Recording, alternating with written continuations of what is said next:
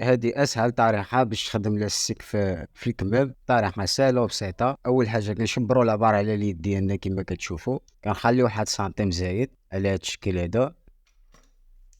كنعملوا لاستيك ديالنا واحد بوان داري هنايا، واحد لاريطمو.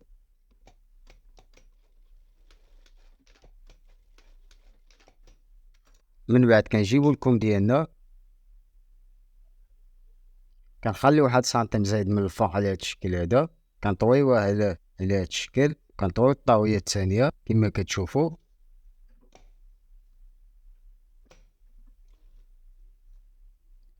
من بعد نفس العمليه هنايا، كنخليو 1 سنتيم زايد من الفوق، كنطويو الطاويه الاولانيه. من بعد كنطويو الطاويه الثانيه.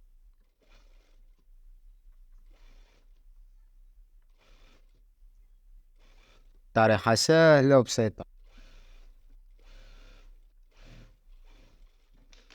كيجينا لاستيك ديالنا على هاد الشكل هذا في الكول، كتجينا بياسه ديالنا فينيه كما كتشوفوا. لاستيك كيجينا مفرغ. وما تنساوش يجيبوا كومونتير واشتراك في القناه، سيوشي في سالكم كلشي، وبالتوفيق للجميع ان شاء الله.